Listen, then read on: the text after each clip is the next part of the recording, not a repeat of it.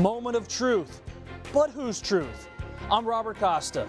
The president and former FBI director accuse each other of lying. An explosive testimony sparks new questions about credibility and political consequences. Tonight on Washington Week. I was honestly concerned that he might lie about the nature of our meeting, and so I thought it really important to document. Fired FBI Director James Comey calls President Trump a liar. In sworn testimony, Comey laid out details of how the president requested his loyalty, then tried to influence the probe into Russian meddling, specifically the ongoing investigation into former National Security Advisor Michael Flynn. I was fired because of the Russia investigation. The president denies it all. No collusion, no obstruction. He's a leaker.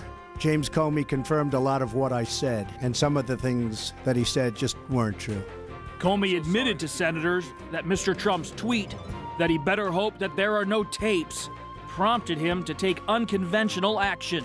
I asked a friend of mine to share the content of the memo with a reporter. I thought that might prompt the appointment of a special counsel. Days later, Robert Mueller was appointed special counsel.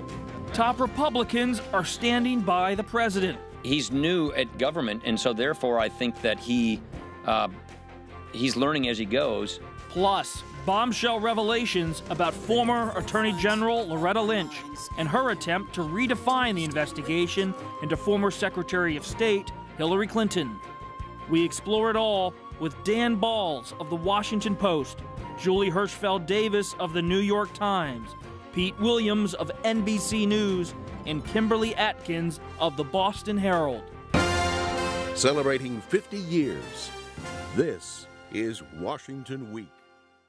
Once again, live from Washington, moderator Robert Costa.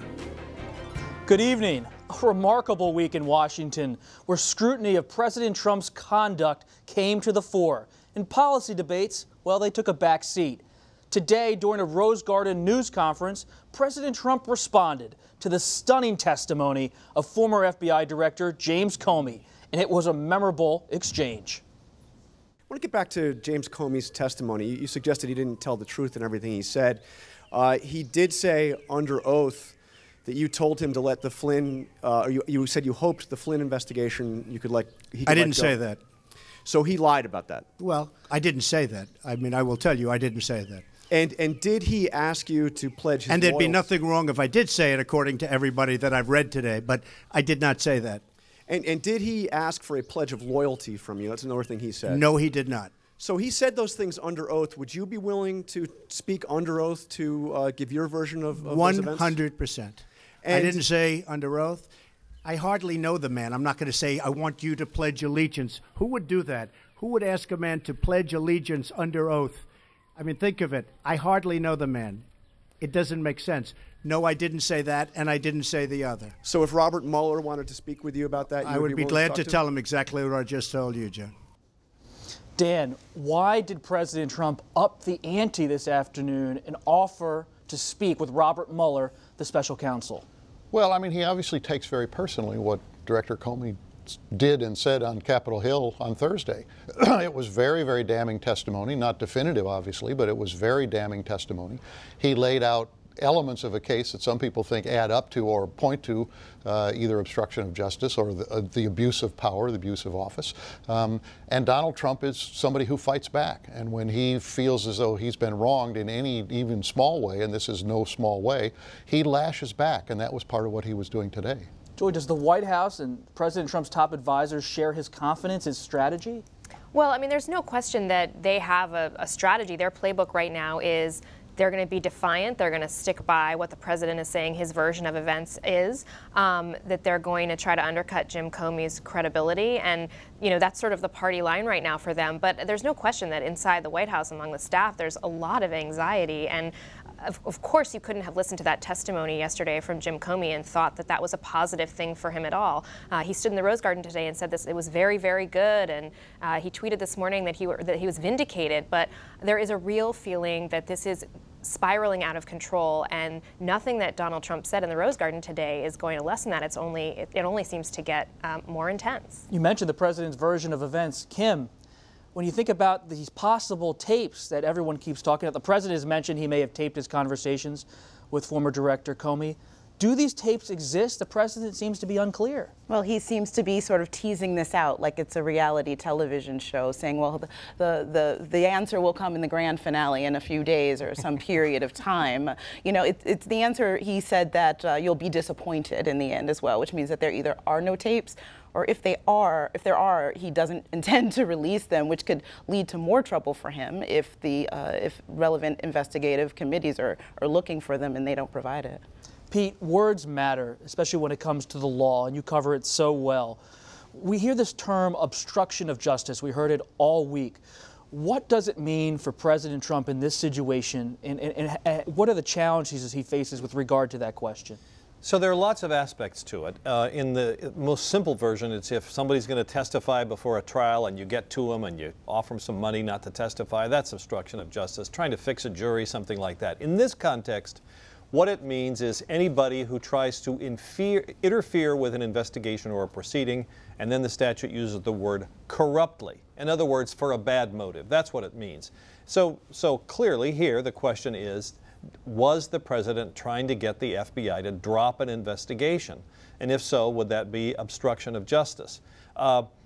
You said words matter, and that's why this is so critical, because if the president merely was hinting at or suggesting, or as he said today, flat out didn't do it, that's one thing. If Mr. Comey's version is correct, that's another. And a problem for Bob Mueller is you've got just the two of them in the room. Yesterday, by the way, the president's counsel came out and said after Comey's testimony, well, he never said those things. The only way the counsel would know that is whatever Mr. Trump told him. Joey, when you look at the White House's response to this and the president, he's working with Mark Kasowitz, a hard-charging New York lawyer. And when it comes to this answer about the question about whether the president asked Comey to lay off former National Security Advisor Michael Flynn, it's about the word, as Senator Risch said in the hearing, about did he hope to do it or did he want to do it? Did he direct Comey to do it? Are they parsing words over there on Pennsylvania Avenue? I mean, I think they are parsing words. They have to parse words because at this point they're in a legal context. And that hearing yesterday, there was a lot of back and forth about, well, what does hope mean? And what Comey made very clear was that he took it to mean not, oh, I wish, you know, or it would be nice if, but I'm telling you, alone in this room with you, I've cleared the room now of all the rest of my staff, and I'm looking you in the eye and saying, boy, I really hope you drop this, and that he took that as a direct order. And I guess what's not clear here entirely is whether it matters how Comey took it and how Trump meant it, but that is going to be a matter that Mueller is probably going to have to get to, and we heard the president say he will talk to Mueller and Robert, 2 points here. One is we're talking about potential obstruction on Michael Flynn, but there's a separate question here about whether there was potential obstruction on the whole Russia investigation. And there's no he said, she said about the fact that the FBI director was fired and that the president said, I did it to get rid of this guy who was bugging me about Russia. That's such a good point. We didn't learn much new about the Russia collusion investigation from Director Comey. Only confirmation, as the White House rightly points out, that at the time Comey left office involuntarily, Mr. Trump was not under investigation. I want to pick up on something Joy said real quick, Pete. Why did Attorney General Sessions leave the room with Flynn, and what does that raise any legal questions from your reporting end?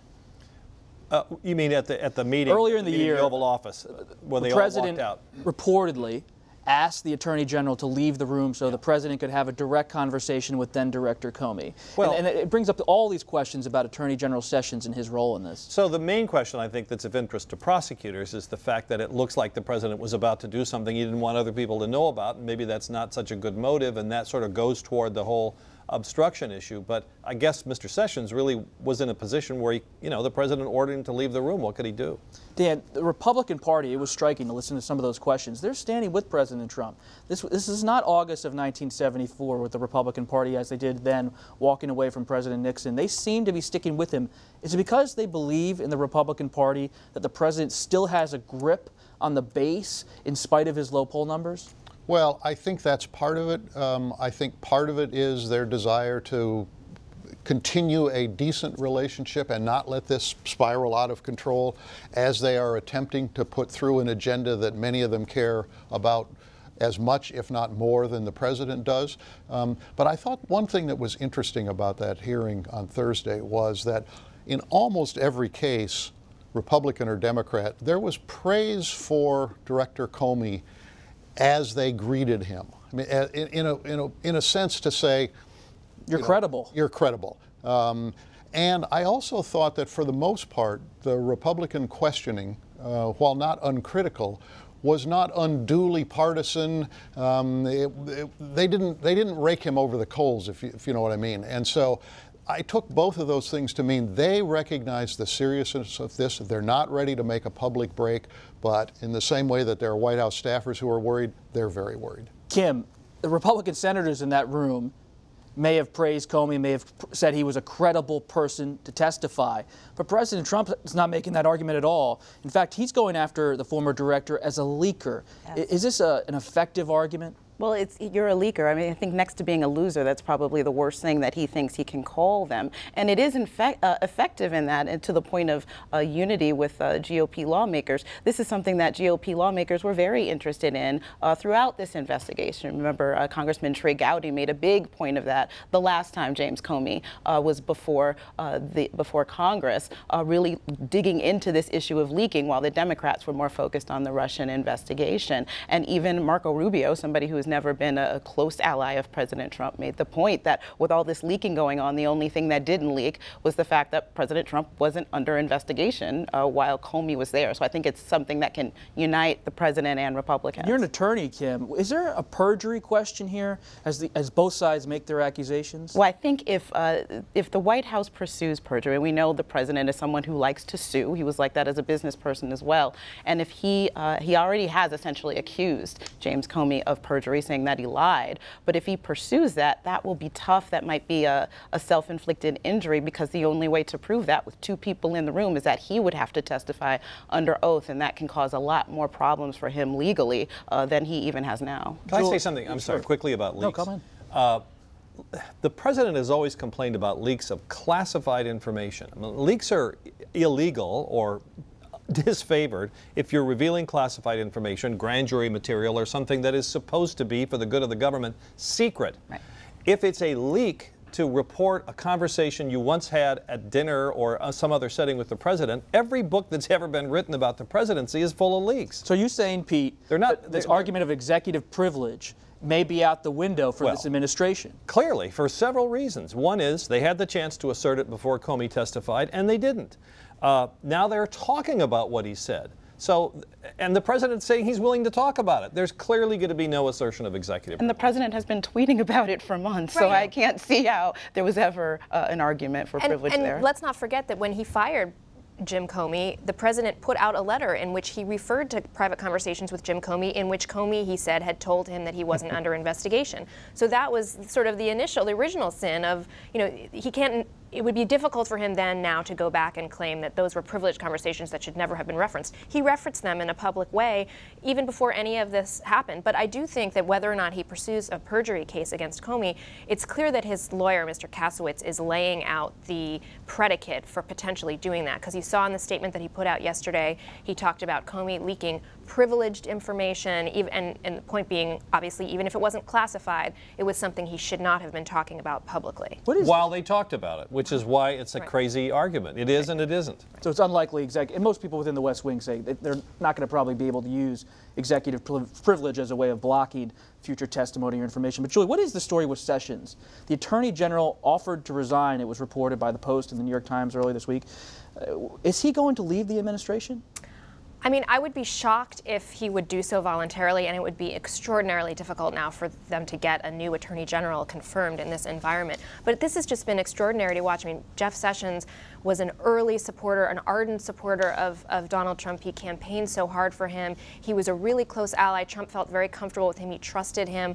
But in the last few months, their relationship really has soured, and one of the things that really started to precipitate that was his ultimate decision to recuse himself from the Russia investigation, which Trump did not want him to do, did not think he should have had to do. Now, we know from Jim Comey that there's a lot of information out there that suggested that was the right call for him, but I think that just was a real black mark for Trump, and it's not something he'll easily get over. Dan, when we read the Comey memo, the statement to the committee, what struck me was loyalty. The president wanted loyalty.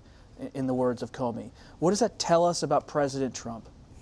Well, I mean, he sees the world in black and white, and he sees the world in adversarial terms, and you're either with him or you're not with him. And the people who he wants around him are people who are utterly loyal to him and who will defend him, you know, to the end. And in Jim Comey, when you have the director of the FBI, you know, that's not anything you should ever say to the director of the FBI if you are president of the United States, and yet he did. But it conveys a mindset of the way he sees the world, and it's the way he operated in business, and he's brought that into the White House. But Kim, if there are no tapes, it's then perhaps the president's word versus former Director Comey's word. And in that scenario, how does it play out throughout the rest of the country? Are they really going to value Comey's credibility over the president's? Well, I think so far, when you check the polls, James Comey has a bit more credibility over the president at this point in time. Look, you have a lot of factors. James Comey said what he said under oath. He's a former director of the FBI, and you saw the members of the Senate Intel Committee on both sides of the aisle viewed that with a lot of credibility and were very respectful to him. The president has done a lot to undermine his own credibility, and so that will be tough. I think with his base, they are with him. They are baked in, and they're going to defend him any way you can. But also to the point of loyalty, I think the president's loyalty is very transactional. Like, the president is loyal until he's not. I mean, he was loyal to Rudy Giuliani, he was loyal to Newt Gingrich and a lot of other folks who thought would be in the administration. He's loyal when it's advantageous to him. And I think that's one issue going on with this Russia probe. His loyalty to Michael Flynn, even now, is going to be a big point that I think Special Counsel Mueller is going to probe. And on this question of how the public will come down on it, I mean, a lot's going to depend on what Bob Mueller concludes in his investigation. Absolutely. I mean, if he's going to sort out these questions of, does it rise to the level of obstruction or abuse of power? Who was lying and who wasn't lying between the president and Jim Comey? I mean, and you know, Pete, you know better than we do, but we're so far from that conclusion. I mean, there's just so much. Instead of getting closer to it, it seems like we keep adding new elements to his investigation. Let's remember there's another stunning, unexpected revelation from this week's hearing, and that was former Attorney General Loretta Lynch, in the words of Comey, urged him to refer to the FBI's probe into former Secretary of State Hillary Clinton's email server as a matter rather than an investigation. It was yet another turn in the Clinton-Comey story. Many supporters, of course, of Mrs. Clinton's presidential campaign blame her defeat on Comey's announcement about the FBI's efforts in the month before Election Day. Pete, matter versus investigation, is that a distinction without a difference? No, it's not, because a full-up criminal investigation is a bigger deal. I mean, in FBI land, investigation is the big thing. You do an initial inquiry, you look at things, so investigation means something. Credit to where credit is due. Actually, the New York Times first reported that this was an issue for Mr. Comey several weeks ago. But what she says in response, what her people say on her behalf in response, is that the way Comey described it isn't quite right. She didn't say he lied, by the way. But what she said is that they had a meeting before he was going to testify to the House where he called it an investigation. And we're talking about the Russia investigation here. We're talking about the Clinton investigation, excuse me. She said they had a meeting to talk about it, and that they all sort of went around the table and decided what the right word to use was, and that they all agreed on matter, and that he at that time didn't pose an objection to it. What he says is that what bothered him is that the Clinton campaign was calling it a matter, and he thought it sounded like she was aligning her terminology with the Clinton campaign, and that bothered him. Yet, Joy, Director Comey didn't urge the Justice Department at that time to go with a special counsel because he said that he didn't believe there was a case, and that's riled up the conservative right here in the country. Absolutely. I mean, there's, you know, they feel that there was a double standard, that, you know, not only did he make the opposite call in the case of the Russia investigation and Trump, that there should be a special counsel, but he actually took affirmative steps to make sure that a special counsel would be named by, committing all of these meetings to, memorializing them in memos, and then providing the memos to reporters so that, the story would come out and everyone would realize there needed to be a special counsel, which of course is what happened. There's no question that this is, this is going to rile up the conservative base, certainly Trump's supporters, and that's useful for them. So, there were some takeaways from this hearing, and that's a big one of them, that is helpful to him, at least in terms of activating his supporters and keeping them on his side in what is going to be a pretty painful period for him. Dan, how should we evaluate this Clinton revelation in the Comey testimony in terms of the political impact it may have? Well, I think it reinforces people's attitudes about Jim Comey and his handling of that episode. Now, what he said was if he had pushed for a special counsel in that case, it would have extended that investigation for a year or more, well past the election. And so, in a sense, he felt they had reached a conclusion. There was no need to, endlessly litigate it. Now, the people who objected to this at this point are also the people who were happy when Jim Comey did the letter to Congress on October 28th that the Clinton people think helped bring her down. So on that investigation, he has detractors on both sides, and it's one of the reasons that the president thought firing him would make people in the Democratic Party happy with him. It's been a pretty rough ride for the Justice Department, Kim. It has. It has. Some of the unexpected swipes that we saw landed right on Attorney General Jeff Sessions when this confirmation that something was up that made it likely that he would recuse himself came up, and that is something that I'm sure that the Justice Department could do without.